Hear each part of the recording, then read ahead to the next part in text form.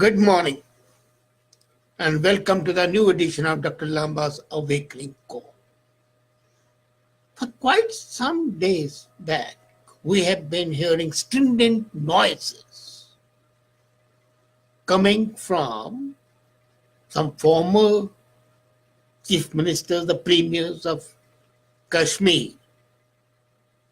And there have also been echoes of that noise that demand from some opposition leaders. The things that were once settled are getting unsettled, and that doesn't bode well, because in case such situation develops, it would be a constitutional as well as a political cataclysm. Jammu and Kashmir situation started with the independence, and the king of Kashmir first signed an agreement to go to Pakistan, then changed his mind and came to India, and the Indian leadership thought that it would be better to give the people an opportunity to come and decide for themselves. So they gave a special status to Kashmir. And that is what Article 370 is about. And now the government, the present government, says that this special situation is no longer there. A lot has been spent, much water has flown in the rivers of Kashmir. Things have changed. There's a political change, there's a social change, there's a climatic change. Climate of economy, climate of politics, climate of social structure. So that article is an anachronism and should be removed. It's a cause of heartburning. And what is actually happening is that Kashmir is being used by the opponents of India to beat India. And it creates an anomalous situation, especially when India is spending millions and billions, giving them subsidies, making them tax-free income. So it's also a contradiction that the citizen of India cannot go and buy land in Kashmir. Anyway, because of the special status, right from 1947 to 1965, Kashmir had its own prime minister and its own president called Sadr Riyast. And then the constitution was amended. The constitution of Kashmir was amended. This was the 6th Constitution J&K Amendment Act 1965. And under that amendment, the president became, the Sadr Riyast became the governor like in other provinces. And the prime minister became the chief minister like in other provinces. But now they want it back. The BJP leader announced that by 2020 they'll abrogate Article 35A. And once that is abrogated, Article 370 goes automatically. And the recent statements by the former Chief Minister Omar Abdullah, he said we want the two positions back. The president should be there. And then now it's an anomaly. You can't in one country, not two presidents. There has to be a difference. It's like having a president of USA and a president of California. No, that's not done. But when the prime minister, the former chief minister wanted it, he was criticized automatically. So National Conference, the political party, wants two prime ministers, one in Kashmir, one for the rest of India. That shows one thing very clearly, that they are in fact trying to break the country. It's a treason. And I don't know why the government, despite all the moral codes and action, cannot act against treason. As a matter of fact, the Sedition Act is still there. And when you talk of breaking up the country, and when there's a danger that it might come up, then action has to be taken. Now, let's come to the history. As I said, Jammu and Kashmir had its own president and its own prime minister till 1965 when the amendment was there. The first prime minister of Jammu and Kashmir was appointed not by the government of India. He was not an elected person. He was appointed by the king of Kashmir, Maharaja Hari Singh. And he was a Britisher, Sir Albion Banerjee, a Britisher and a Bengali. So it was a Bengali Britisher, but he was a British citizen, he was not an Indian citizen. After that, before independence, Kashmir had 9 more prime ministers. So they used to be changed by the king, like he would change his clothes. But immediately after independence, they appointed Meher Chand Mahajan as the prime minister. He was there from October 47 to March 48.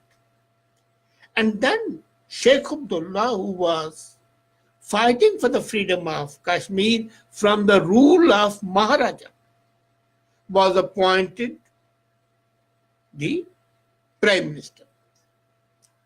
Now, this was an anomaly because there were 2 enemies. The president of the country, the Sadr Riast, was the king, who was enemy of Abdullah, and so they could not carry on. And Abdullah started having treasonous activities, and he was arrested on the orders of Nehru on August 9, 1953. When he was arrested, Bakshi Ghulam Muhammad was appointed prime minister, and the next 2 prime ministers was Khwaja Shamsuddin and Ghulam Muhammad Sadiq. That continued till March 65. And it was during the time of Sadiq that these 2 posts was abolished. And Sadiq was the last prime minister and the first chief minister of Jammu and Kashmir. And he continued to be so till December 71. Now, Kashmir Jammu and Constituent Assembly was constituted in September 1951. So from 1947 to 51, it was governed by the special dictate. There was no constitution. Indian constitution was not applicable, and there was no Jammu and Kashmir constitution. And this was a mistake of the then government. They should simply have declared it as one of the provinces of India. And this Constituent Assembly was there from 51 to 57. The Jammu and Kashmir Constitution was adopted in 56 and came into effect in 57. In 1952, the Basic Principles Committee by the Jammu and Kashmir recommended that the hereditary ruleship shall be terminated. So the king was finished in 1952. That was the decision taken. And the office of the head of the state shall be elected. So the president, Sadr Riast, at that time, not the governor, was to be elected by the assembly. And the first person to be elected was the Crown Prince, Karan Singh, son of Hari Singh. So Hari Singh was removed and Karan Singh became the first governor, first Sadr Riast. And he continued till the system in 1965 was abolished and he became the first governor. So from the president to governor and from the prime minister to the chief minister happened at the same time. But he was elected. Now, when the Constitution Assembly of Jammu and Kashmir was dissolved, then they said, no, it will be changed. So it was decided that the President of India shall appoint the governor, no longer an elected position. But till 1957, he was elected by the Constituent Assembly. Now, Article 370 says that the state government elected Sadr would no longer be there. That was amended by the Constitution of India. But now something curious happened in 1965. There was a fundamental change, and under Article 147, it was decided that if two-thirds majority of the House wants, then the Constitution can be amended. So it was amended. Things continued okay. There was no problem. There were two kinds. The anomaly of having two heads of state and two heads of the government was removed. It was a province, it was a state, but it was not a country. But in 2015, the Jammu and Kashmir High Court said that this change of the governor and the chief minister was illegal. Kashmir should have the president and the chief minister. Now here, the government of India again faltered. First it faltered in 1947 when it gave a special status to Kashmir. And 65, again they faltered when this decision was taken by Jammu and Kashmir High Court. They should immediately have approached the Supreme Court, because Jammu and Kashmir High Court does not have the power to change the constitution. There is a constitution bench of the Supreme Court, and that can take a decision. And the government did not file an appeal. From 2015 to 2019, there has been no appeal against this order. So the demand of Abdullah, or Mufti Mehbooba, Mufti's daughter, is quite legal. It's not treason, because they're saying implement the orders of the Jammu and Kashmir High Court. Now, legally, as I said, the government of India slipped. This was a failure of the Home Ministry. It was a failure of the Prime Minister. Even Modi is responsible. He should have ensured that there would be appeal against this order, and then the Supreme Court Constitution Bench could have taken a proper decision that this is not in the purview of the High Court. Not only that, the government also failed to politically declare that this order of the High Court is ab initio, right from the very beginning, absurd. And being absurd, it is unacceptable, so we don't ignore it. There were two options, either to go to Supreme Court or to say, okay, this is a stupid order, so we are going to throw in the dustbin. Government did neither. They did not take any action. And Jammu and Kashmir political leaders thought it to be a good point to create problems. And that's what they have done. Now, what's the way out? Immediately, the government can order the president to pass an ordinance declaring this order to be ab initio misconceived and refer it to the Supreme Court as an advice, for an advisory to be issued. It won't be a case filed, as the Supreme Court can issue an advisory that this order of the Jammu and Kashmir High Court is in fact subversive and goes against the tenets of the Constitution of India. It's unconstitutional. Since the president would be referring it to the Supreme Court for advisory, not for filing. If the government files a suit, then others can interfere and the case can go on and on and on. But if the president asks an advice of the government, of the Supreme Court, then it's between the president and the Supreme Court Chief Justice, and the Supreme Court Chief Justice can call the Constitution Bench, discuss it, and send the advisory to the president that this order is ultra virus. It is against the Constitution. It destroys the basic structure of the country. It borders on being traitorous, treachery, treason. It's sedition.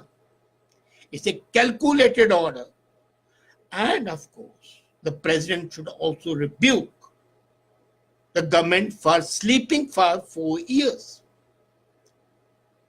At the same time, the Home Ministry can start seditious and treasonous action against the leaders who are demanding two presidents or who are saying that the tricolor will not fly, we will not permit Indian colors to be flying in Kashmir. That all borders on treachery and is a deemed anti-national activity. So this is a time when you need to take a stern action. It's not a time of mollycoddling. It's not a time of negotiation. It's not a time of discussion. It's a time for action. And action needs, as I said, a initiation of the action, criminal proceedings, and they should be arrested and sent to jail, not as political prisoners, but as criminals. And as a matter of fact, since Kashmir is under special military act, which Rahul wants to remove, what they can do is they can be prosecuted under Army Act. So the decision can be taken within days, not in weeks, not in months, but in hours. And at the same time, the president can seek an advisory from the Supreme Court, and that order can be treated as an item fit for the waste paper basket. But is the Indian government hearing? That's $1 million question. Otherwise, the first stupidity of the government of India, coupled with the second stupidity, would destroy the structure of India as it is. Thank you.